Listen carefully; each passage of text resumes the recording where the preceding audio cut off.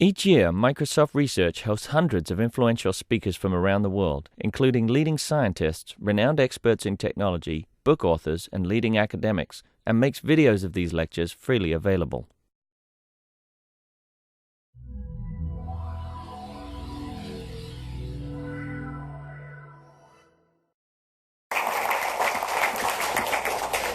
Well, thank you very much. Let me follow on a little from what how he opened his talk by saying that I started off as a chemist and with a bit of biology background who was interested in built databases. And I guess fast forwarding 20, 30 years from where John was, I basically was asked to develop a course in bioinformatics. And that was probably in the early 90s. And in contrast, I would say that course has changed quite significantly every single year in a field that's moving very, very fast. But it's also a very interesting field, and it's encouraging to see that there's so much investment and interest in that in Columbia, because it's something that can actually be done in a way that requires relatively little resource.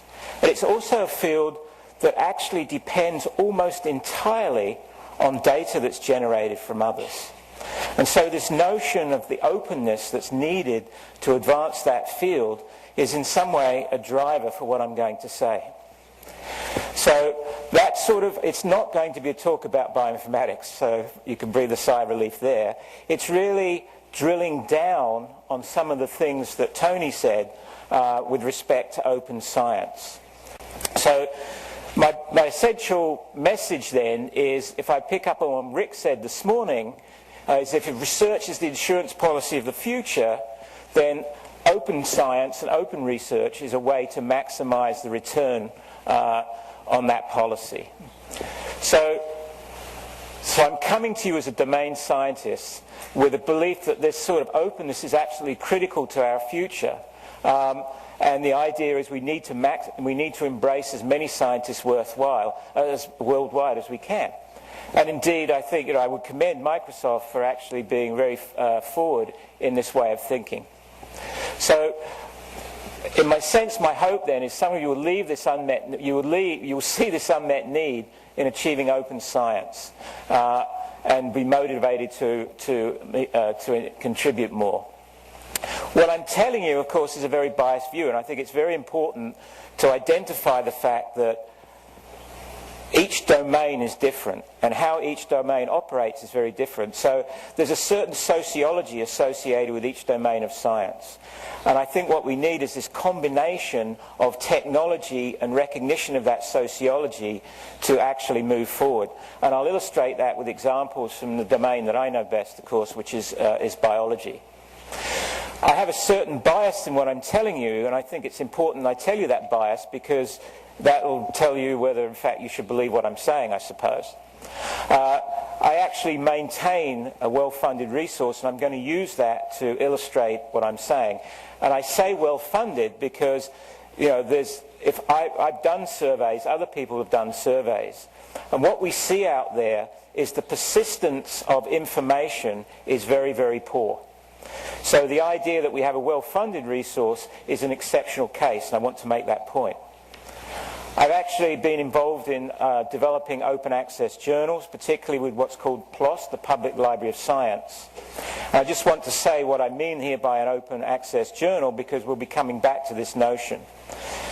There are different metrics of open access, but what I'm really going to be talking about is the idea that the information is freely available, provided you attribute the original author, and that information is in a form that can be used by machine. And that's, to me, an extremely important aspect. And it's not what most biologists think of when they think of open access. Open access, they think free to read.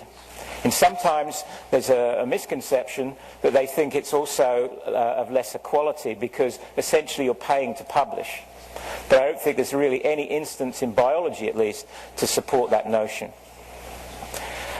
I'm also a believer, you can talk about open access, and it's in some way a very liberal way of thinking, but I would also add that I'm an absolute believer that there must be a business model associated with this, otherwise there can be no persistence.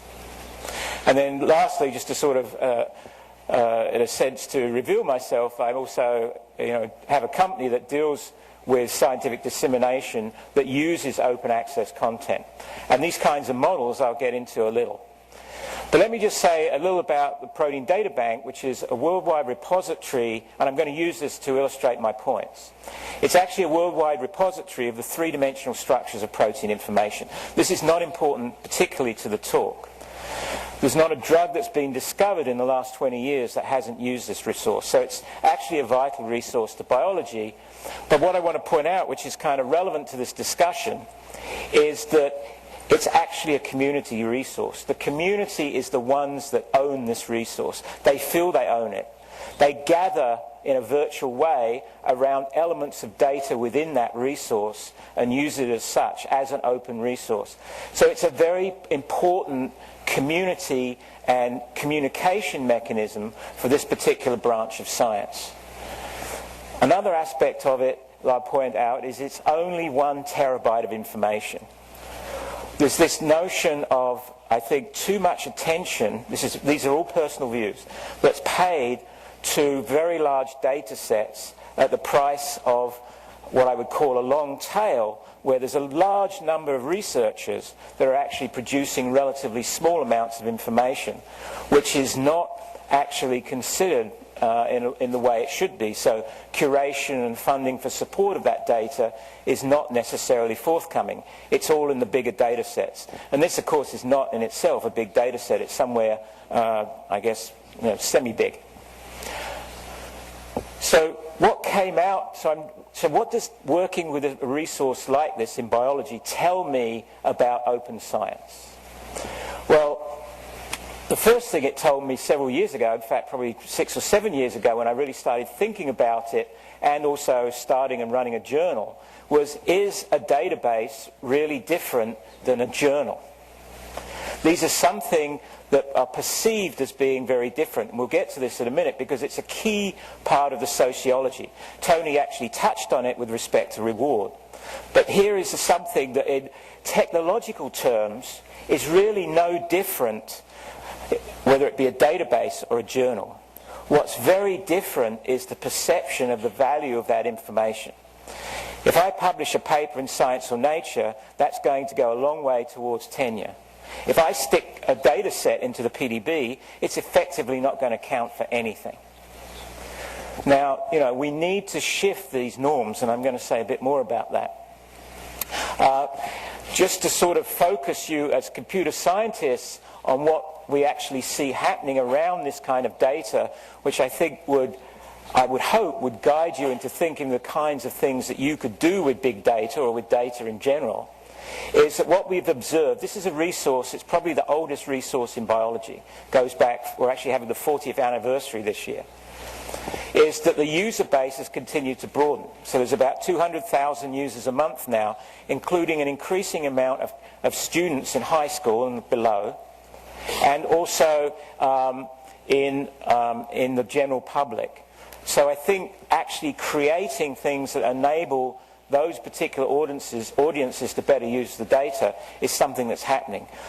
What the internet, what the sort of Web 2.0 era has brought to us, I think, is more people from a broader spectrum using quite technical data. And I think it behoves us to create tools and mechanisms to enable them to use that data much more effectively. And I'll give you an example of that, to me, which is quite striking in a minute. There are other aspects which I'll touch on, but things like, which are more technical, but clearly there's a much bigger demand for accessing data not through the web page directly, but through web services. This is a sort of prevalent thing we're seeing. Mobile use is increasing. I mean, these are not necessarily surprises, but also the use of Web 2.0 communications. So what am I thinking we need going forward? Well, let me just say the points right now and then sort of come up with at least some ideas of what some solutions might be. Science is increasingly digital, but whether it be driven by observation or hypothesis, I think we've heard a lot about that today. Science is a complicated workflow. But how we communicate science, I would argue, in some extent, is still embedded in the 16th century. I think the current publishing paradigms, in large part, are really just delivering PDFs, which in a sense is just an electronic way of delivering what we were delivering hundreds of years ago. We're not using the power of the medium. And, in a general sense, of course there are examples where it's powerfully used. But if you look at the field, in my case, in biological sciences, it's a slow-moving process of change. So, sort of parts of this is there are too many analog steps in this whole process still. I mean, it's absolutely absurd as a trivial example that when you publish in most biological journals, that you take an Excel spreadsheet, which ultimately goes to a publisher over a wall, effectively, whereupon they return it to the consumer as effectively an analog form. It's not in the original form where you can actually use that data. This is a trivial example, but it's stuff that's going on. Our current workflow tools, in my view, are grossly inadequate for supporting the digital scientific enterprise. There are elements that really work well, but they don't necessarily play well together, and they're not complete. And I'll show you some more of my thinking on that in a second. We have a lot of the components already to build the 21st century printing press, if you like, but they're not really well put together, and they're not used by publishers very effectively, if at all. So these are sort of things that are happening. But what's interesting and what's exciting is that really change is afoot. The game is afoot. And some of the drivers of that change, and Tony alluded to this a little, but when I have a graduate student who comes in with their very first paper, they're very excited, they've drafted this paper, we'll sit and talk about it for half an hour or whatever.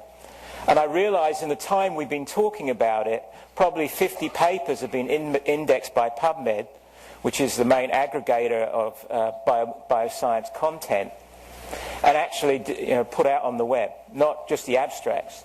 So we're generating 1.2 million papers per year currently.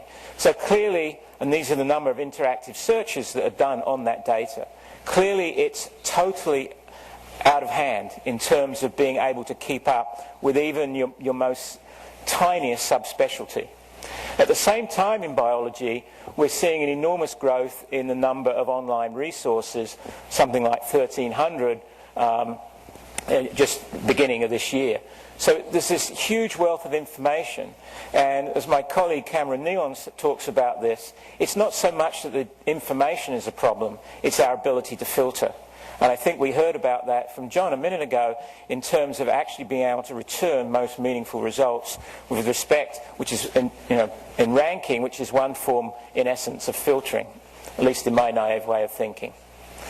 So I think I want to illustrate why the change is afoot with a couple of examples that I think are quite poignant, at least they are to me.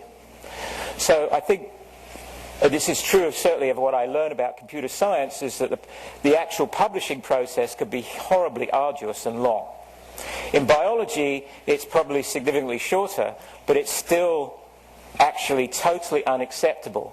And by saying by the time the paper is published we could be dead is not necessarily an exaggeration. So what happened during the H1N1 outbreak is that it was impossible to get information studying that virus based on the normal process of publication. It was just too slow. So various things have emerged, and here's just one example, that the Public Library of Science actually developed what they called currents, the Influenza Currents, which was similar to what Tony talked about with the archive, where information, effectively papers that will be published later, were actually deposited in this archive straight away. Is this great? Yes, it was great at the time. But what happened when the pandemic was passed is that momentum of deposition into that resource effectively stopped. So here we come to the sociological aspect. In a time of crisis, people did respond and actually forego the traditional publishing process. But when that was over, they fell back to the old reward system. And that's what I'll be saying a bit about in a second.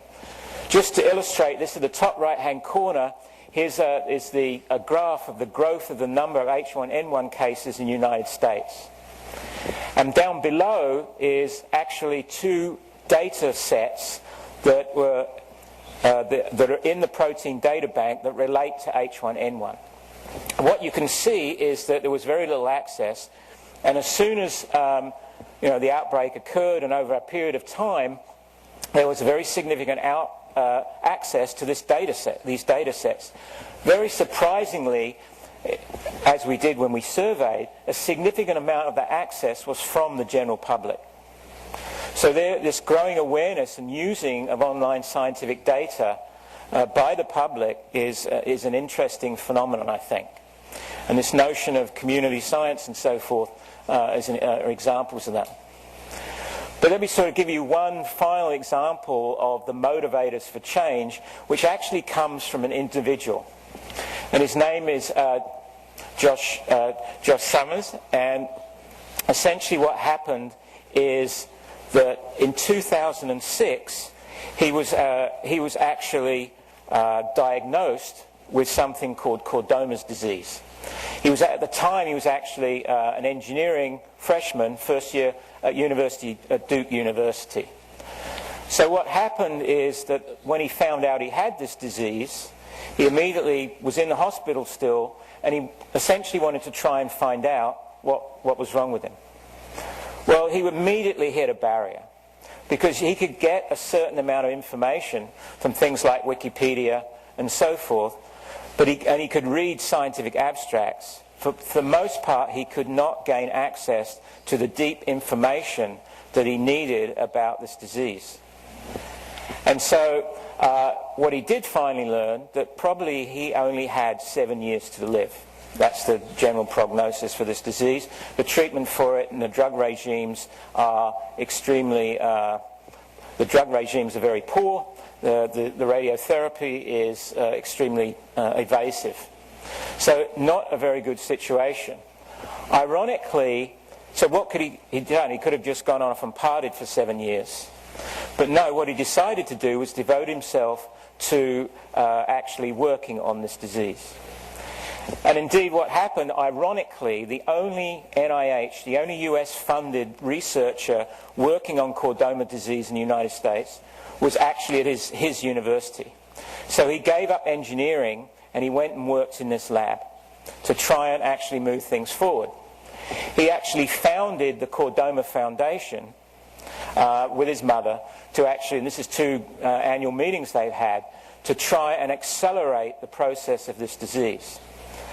But what he described in his learnings about this was, first of all, what's generally known by anybody who works in drug discovery, is that it's essentially an enormously arduous process. Typically 15 years and $850 to $1 billion to actually put a new drug on the market. And a lot of that from his point of view, a lot of that time is spent by the current research enterprise, which is really very, very inefficient. Is that you have a series of labs that operate who are interested in this disease. They don't even communicate very well within their own group. Okay? And I say this as an embarrassment truth in my own group of about 25 people, is that we don't actually communicate as well as we should. We don't have the tools for the kind of communication that we really need.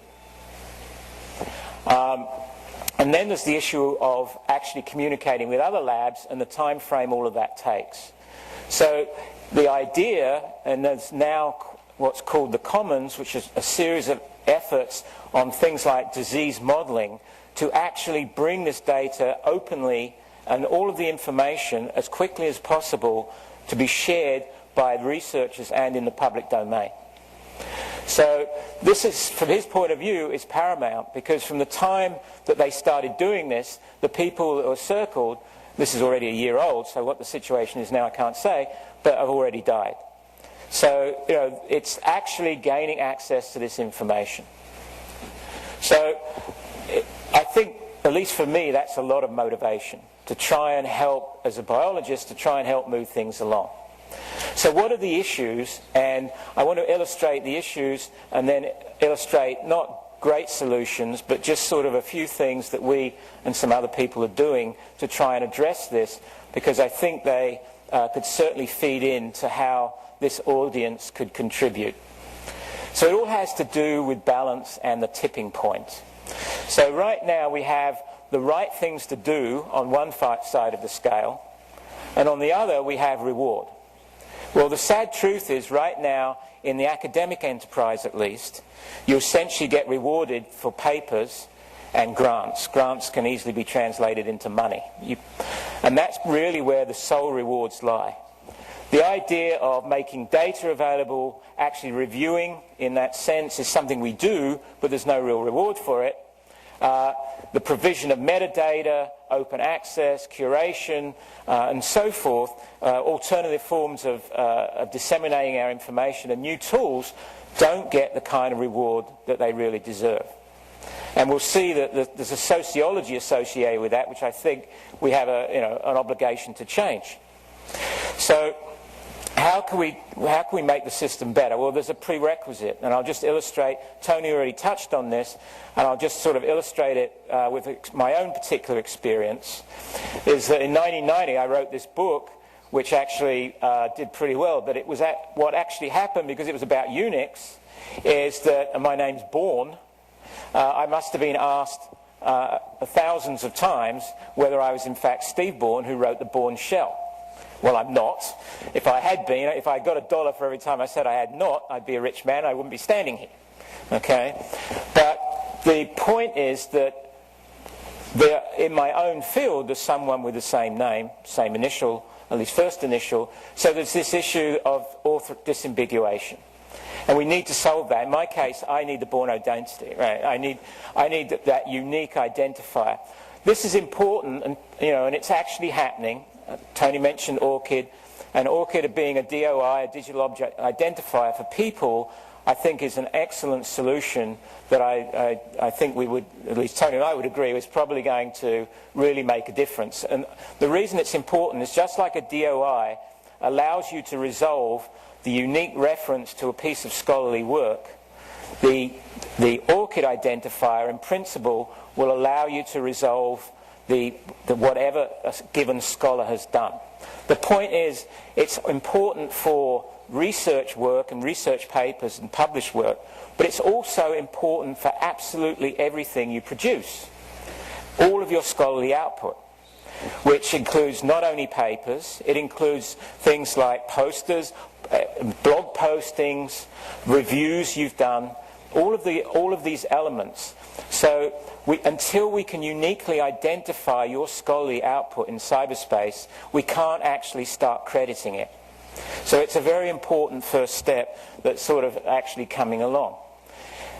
There are already the licenses to enable this to be managed properly. So I think it's just a matter of time before this will actually take place. When it does take place, we will have a very different environment in which to measure scholarship and to actually use scholarship. Here are just a few examples, and we saw actually some of these in a different context from John, about how we actually measure scholarship currently. So in the top left there's a network diagram, and that's a network diagram that can be generated in different ways. But what it is it's effectively the author and all of that person that the author has ever co-authored with.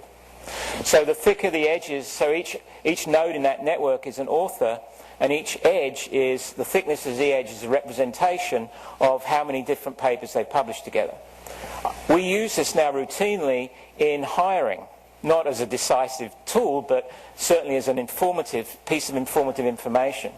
And if I look at my network, the topology of my network, against other people in my department who've actually published around the same number of papers, I actually see quite different. Clearly I'm a grumpy old man who actually publishes with a relatively few people, and therefore I have a small number of nodes with thick edges, whereas my colleagues have a more flourishing network, I suppose.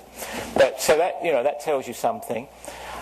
I think Microsoft Academic Search is an excellent tool, but at the moment, as with all of these other tools, it's impossible to get to do anything accurately, which is just crazy because we think in terms of accuracy, and yet we measure ourselves in ways that are totally inaccurate.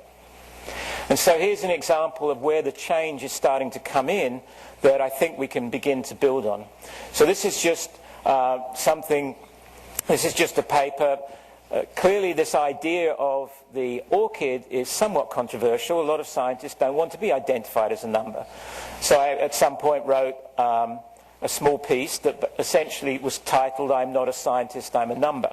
It got a lot of, normally when you do these kinds of things, the commentary you'll get a lot of commentary around blog postings, but on scientific literature at the present time, it's almost considered sacrosanct, at least in biology, and people do not comment on published work, except when it's something as controversial as this. But generally speaking, it won't happen, partly because graduate students are scared to do it, or there's no reward. There lies the biggest problem of all. There is no reward for doing that. But other metrics are coming. This is from the Public Library of Science, and you can see that that bottom graph shows you the number of downloads of that paper. It doesn't mean to say necessarily that that paper is valuable, but it's probably telling you more than the impact factor of the journal itself, which frankly tells you absolutely very little about that particular article that's in the journal. And what I did as a sort of goof, which got a lot of attention in this thing, was essentially to design a scholar factor. And so a scholar factor is effectively the H factor, which is a standard measure, which is quite useful, no question, but it only speaks to a small part of the scholarly output. So if I have an H factor of 30, it means I've published 30 papers that have been cited more than 30 times. But that's only part of the story. So then I have grant, manuscript, reviews, and so forth, and annotations I make of software, depositions to databases, all of the things that a scholar in biology does, which I just came up with a crazy weighting scheme to come up with an overall scholar factor. And so, what came of this is a lot of discussion. And I think that sort of thing is good.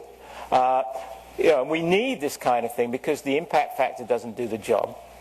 And what we need to do is, it's a way of educating the community about what's important. Because I think it's absolutely absurd that when I am reviewed, or I'm actually reviewing people, I sit on these committees, that literally there could be half a dozen of us who are deciding on someone for whatever purpose, promotion, tenure, but probably only 1 to 2 of the people on that committee really know what that person's doing. And what do the others do? They immediately go and look at the publication list, they look and see what the impact factor of those papers are, and make a decision based on that. And that is really just not adequate. So we really need to improve this situation.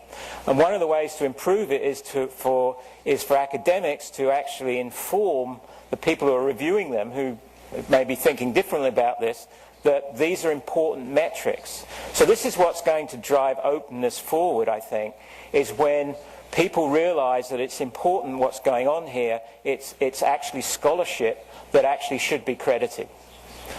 So, all right, so that's a lot of preamble there. So what we want to do then is we want to get to this tipping point. So we want to move some of these things across from the left to the right. So it's more than just being recognized for it. It's actually making them happen. So how do you get, let's talk about data availability. There's no reward right now for making data available. Well, we should change that, and I think data providers have an enormous responsibility to do that. So what we should do as a big database provider is really to support that.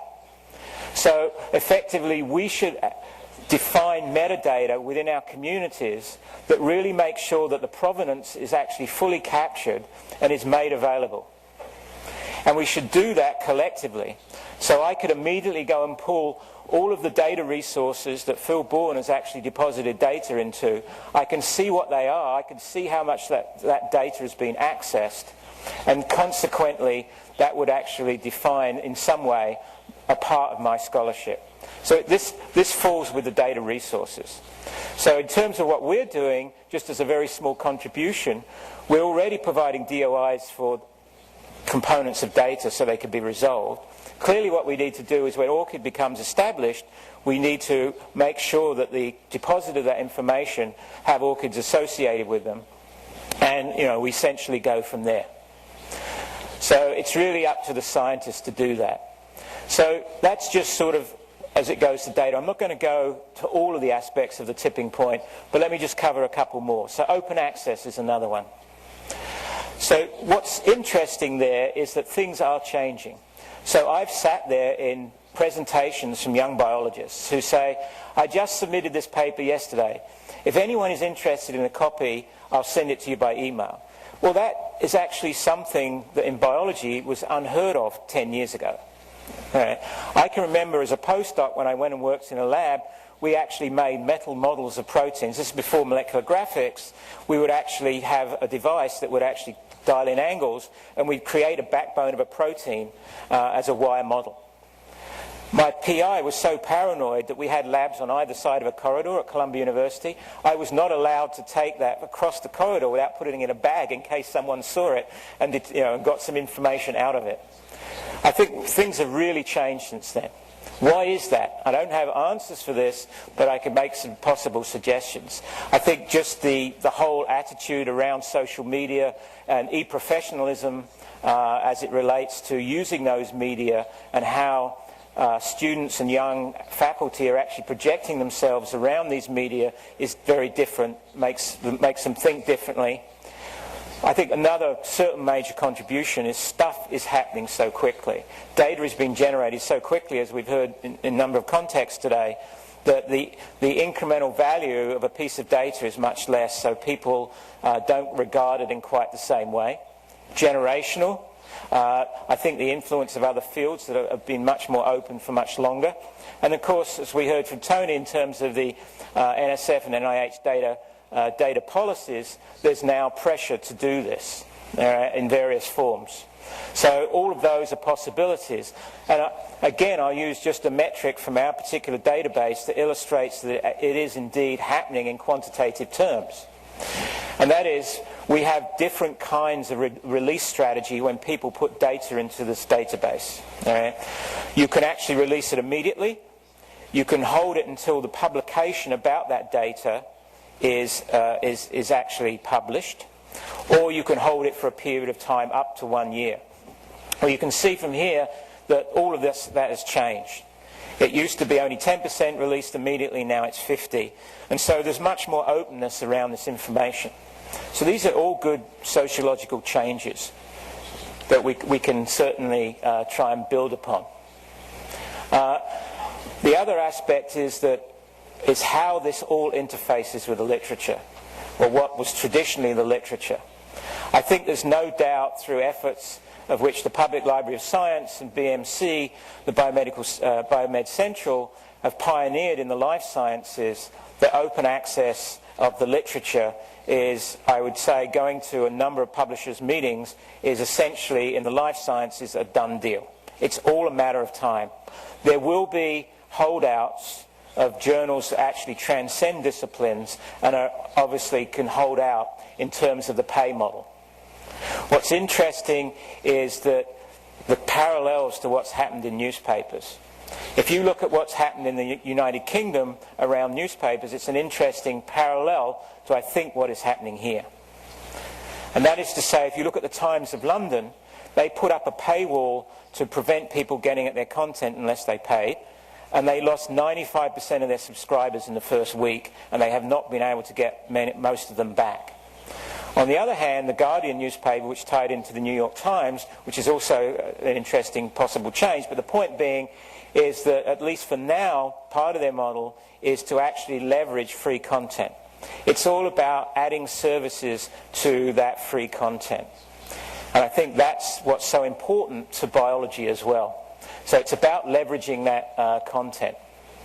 So where does all this take us? And Tony began to describe this, and let me just sort of paint a picture that takes it a little farther than we actually have right now. So what we're talking about here is the idea that we have much greater integration of the data and the knowledge about that data and associated metadata than we have today. So what does that mean? Well, in this flow diagram here, essentially in the top right-hand corner, you have a paper. Well, nothing unusual there, except now that paper is just one view on that collective set of information. Okay? So I could actually have multiple views. The next step is the notion that I can, what you do now, I can click on a thumbnail in that paper and I get a figure blown up. All right, what I can do already on the internet is I can actually, in this case, it doesn't matter that these are about molecules. You can think about in whatever context you like. But that figure, of course, only tells me so much. What I really want to do is to be able to render and analyze and do things with that figure. Now, I can actually already, in some instances, go automatically to the database, which just in this case happens to be the PDB. And in fact, one of the biggest users of our web services is becoming the publishing industry. They're pulling that data back. The problem is that what they get is not exactly what's in that paper. That paper has a series of thought processes that went in by the authors to create that particular orientation of that review, which I can't recover directly from a database right now. What I need is I need the metadata associated with that generation that allows me to create something that's identical to what I had, what's there. And then I can learn so much more from that. And of course, what I should be able to do as I play around with that is I should be able to actually annotate it with my own comments, but I should also be able to see annotations that others have placed on any aspect of that work. Again, there's not necessarily a reward from doing that, but it's actually how, and it could be private, it could be within the group, it could be public, but it's a way, and some of this is happening, it enables me to actually learn more. But also I've used that information as a visual cue. And then as I go on to step 3, by using that visual cue, I actually click on some aspect of that figure because of that cue. That then gives me a mashup of information. So maybe it's a loop on this protein structure that's somewhat unusual. What I can now do is I can mash up information from the literature and from other databases that's actually a reflection of other information that's known about that particular, in this case, loop, that visual cue. And so that then drives me back around to, say, another paper or some other information, and so the cycle continues. So what I've done is I've actually got a much more intuitive and interactive working environment that integrates a lot of things together that currently, for the most part, at least in biology, is not possible. So these are the kinds of things that I'm very interested in seeing happen, but elements of them exist there already. But I think there are some stumbling blocks. Again, those stumbling blocks are not so much the technology, but of the sociology. So clearly we have examples of crowd annotation.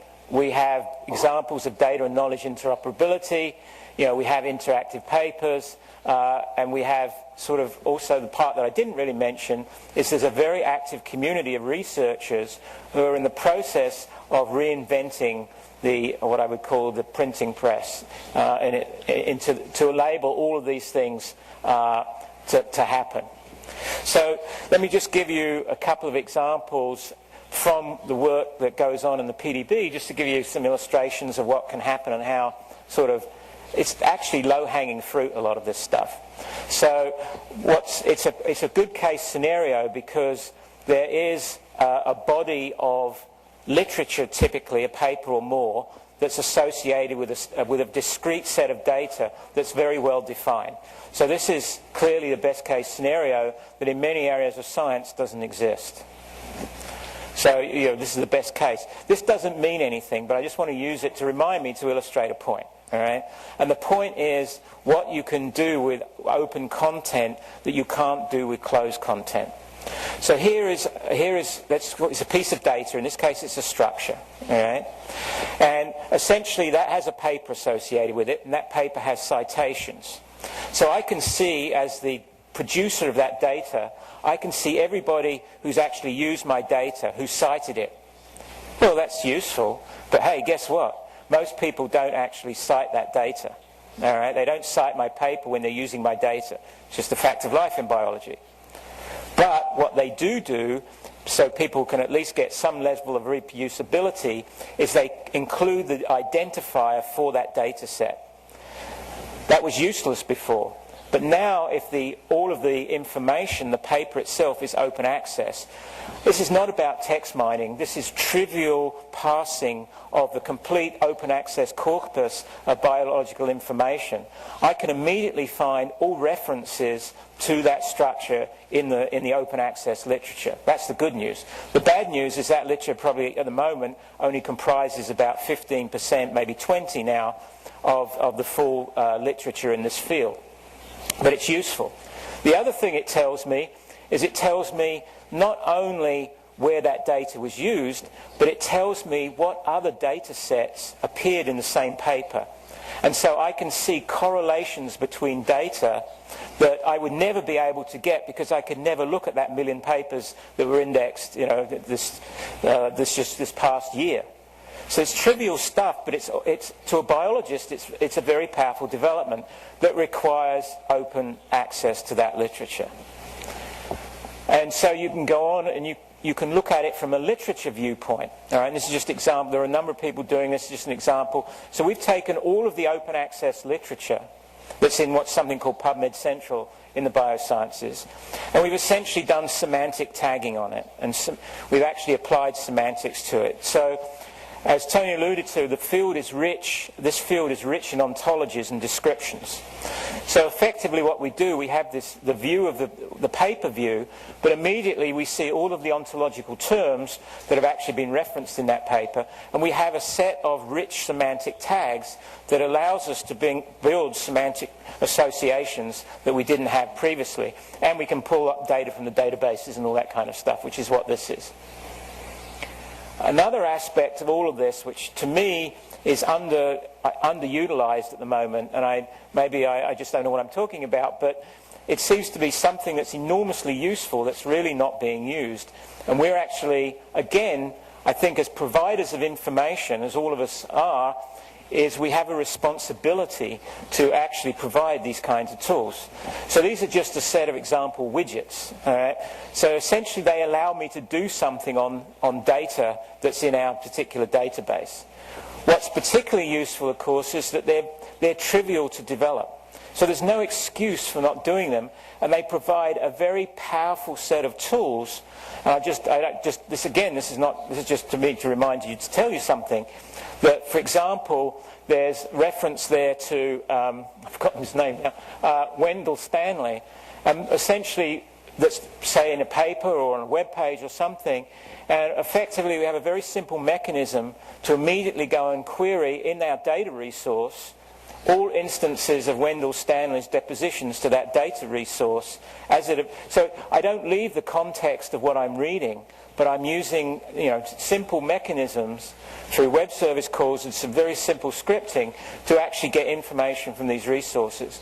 And this idea of sharing and using information in this way is something in biology, at least, we haven't really adopted very much, and yet I think it's a very powerful way. And you can imagine where you create workflows from these instances of these widgets that allow you to do some very, very powerful things with essentially very little effort. And we're not really seeing enough of those at this point. This is just another example of this semantic tag, and I won't go into it. That's not to say that publishers aren't doing this. Elsevier has a thing called Article of the Future where this sort of thing is starting to happen. But what's been really successful is not what the publishers have done.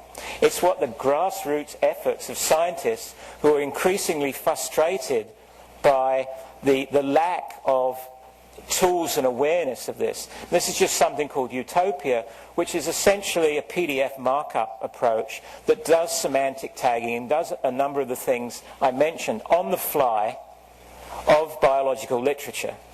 So it's a relatively simple-minded thing, but it's really caught the imagination of scientists in the field now, because they don't actually have to do anything. They just actually read the document. Instead of in a PDF viewer, they use a Utopia viewer. And so this is just an example of raising this awareness and really starting to help push this tipping point to a much more usable set of information. And all of this is the idea that what we're doing so far with Utopia and these other things is post-processing the literature. What we really want is to do this at the point of authoring. And so the kind of things that Tony was talking about with chemical markup and some other tools that we've been working on with Microsoft in the past is the idea of actually doing, for example, semantic tagging at the point of authoring. All right? The tools are there to do this kind of thing. The technology is there. It's this semantic version, in my simple-minded view, of the spell checker. As I type, it doesn't just correct things, it suggests semantic tags that I should use to my information that are based on, say, ontological references or pseudonyms or other things that I can use as semantic tags to semantically link information together from different sources and create a much richer navigation medium. So it all seems very logical. The technology is there, so why isn't it all over the place? Well, the problem is the publishers in this case are very reticent to actually adopt these kind of tools. So part of the issue is, you have a business model that's been very successful. Why would you want to take the risk? If there's any semblance that this is actually more effort to the author, maybe they'll just go and publish elsewhere. So the idea that publishers would adopt this, there's a negative side of it, but the fact, I'm going to lose business. On the other hand, you could say if you actually fast-track the papers and said, okay, if you actually do this, we'll actually make sure your paper goes through the system, gets reviewed fast, all that. Maybe that would be a carrot and enough. But no one has taken that plunge. So it's an example, again, the technology is there, but the sociology and the business is somewhat behind, in my view. Just to bring this to sort of the logical conclusion, and actually John touched a little on this, here's another sort of example of this that is such low-hanging fruit, but such value, it's hard to ignore. So each of these nodes in this network is actually, it could be anything, but these are actually genes, okay? Let's just say they're genes. And at any edge is essentially where, and the thickness of the edge, which don't come out very well, is when those two genes appear in the same publication. All right? So there's some association there. Now obviously this network has a topology. And when you start overlaying other properties onto that network, some very obvious things emerge which are actually very powerful. So it turns out that set of nodes up there on one side of the topology happen to be all in references in literature that's regarded as part of the immunology community. This happens to be people who are part of the cardiac disease community. But what's interesting, of course, is this gene that's right here in the middle that appears to have some kind of duplicate function within those two domains. Now, it's quite probable that the cardiac disease folks have no idea about this because they don't read this other literature. I mean, they might find it by serendipitously, but frankly, a Bing or a Google search is not going to find it. Deep search, which is another aspect of all of this, might actually find something in some associated databases. But this is just an example of a giveaway from this kind of thing. So here we have another example of a push across that if there's reward for it, it could actually happen. So I just want to talk a little about dissemination because that's another push. All right? I mentioned that we're very poor at really disseminating our content. We're still stuck in the 16th century, so to speak. This is from about four years ago now. I walked into my lab and there were 4 graduate students actively working away, typing away with headphones on. I'm thinking, this is research at its best. I can go off to Cartagena and enjoy myself while they're working away. But when I looked more closely, of course, all 4 of them were actually watching YouTube. So immediately I started thinking, well, why aren't we making more use of these media in science? And of course at that time, this was several years ago, you go onto YouTube and the very first thing I found, of course you type in your own name as you do to see what there. I'd made this video for UCSD, for my university, and the very first thing I see is, yes, there's my little thumbnail, with my video associated with it, and immediately under it is 4 nude men. And I look at this, one of those nude men, this is where author disambiguation would have been better off if we didn't have it. It was disambiguous, it was a big, well, whatever it is. But the point was that one of those people, it was an Austrian nude dance company, one of those people, his name happened to be Phil Bourne. Well, I didn't really want my science associated with that kind of thing, so we went off and developed a whole bunch of things. But the idea was to actually take advantage of the medium. So the idea was, first of all, it comes back to the sociology. You're not going to get tenure for making a video, okay? You're going to get tenure for writing a good paper that gets cited a lot. So maybe there's something in between.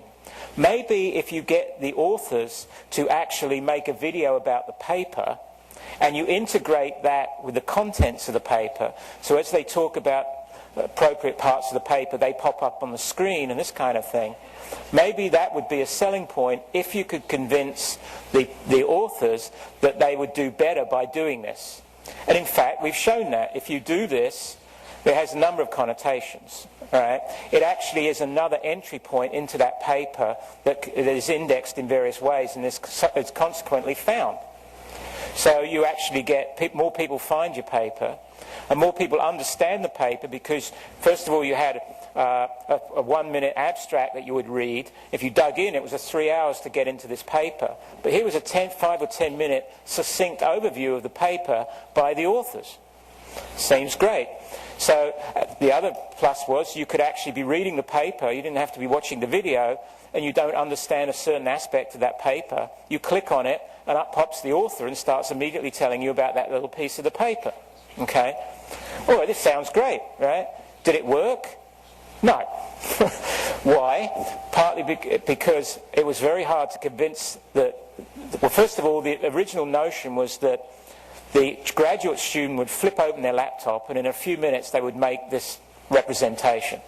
In fact, I made a whole group of students do it. And some very interesting things happened as an aside. First of all, very smart kid here, I won't go into his name and so on, but very shy, always looking down. I thought, he's going to be terrible at this. He'll be absolutely terrible. He was actually the best person. He was so extroverted in front of the camera, where he's so introverted normally. You know, and my graduate students said, we're going to be a group of science casters. You know, this changes the way we convey science. But the fact is, it doesn't change it at all, because if you want to be any good at science, you've got to get up on a podium and give a good lecture about your work anyway. So this is just doing it in a different medium. The problem is, of course, is that there's still no reward for this. But that's starting to change. I mean, journals are now starting to include video content with their papers that are integrated in with the paper. So these are good things. At the same time, some very other interesting and exciting things happen that we didn't even conceive of in the beginning. So while this didn't really take off with papers, it's taken off with posters.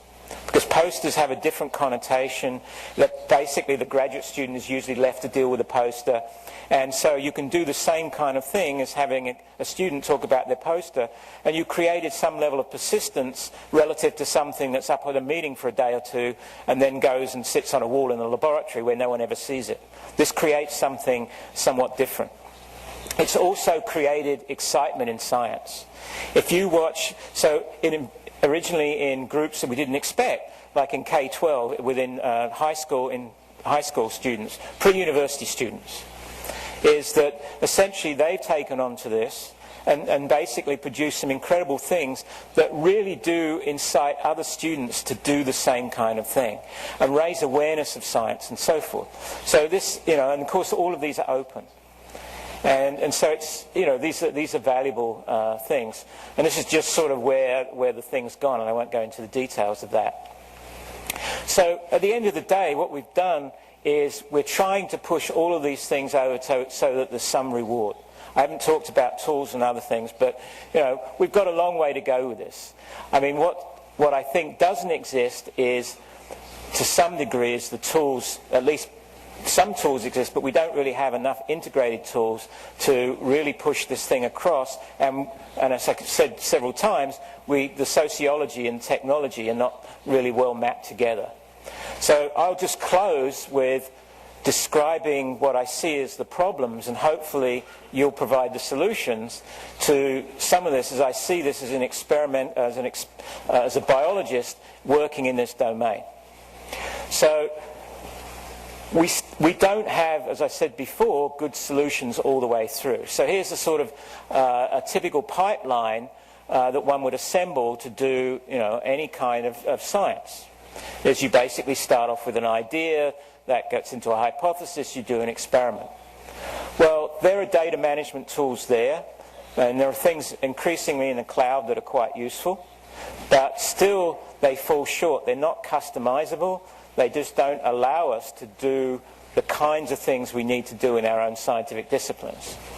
Then if you actually are analyzing and maintaining data, and you need a laboratory information system, again, specialized systems, but not things that are easily tailorable for different environments.